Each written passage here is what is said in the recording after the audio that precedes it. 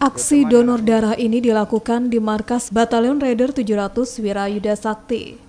Setiap anggota TNI harus menjalani pemeriksaan terlebih dulu sebelum mendonorkan darahnya. Setiap satuan di bawah naungan Kodam 14 Hasanuddin ditargetkan dapat mendonorkan darah hingga 50 kantong.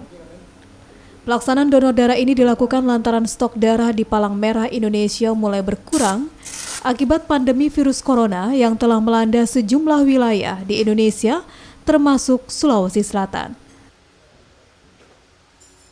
Karena ini kita fokus dalam rangka mengatasi kekurangan persediaan darah bagi saudara-saudara kita yang membutuhkan.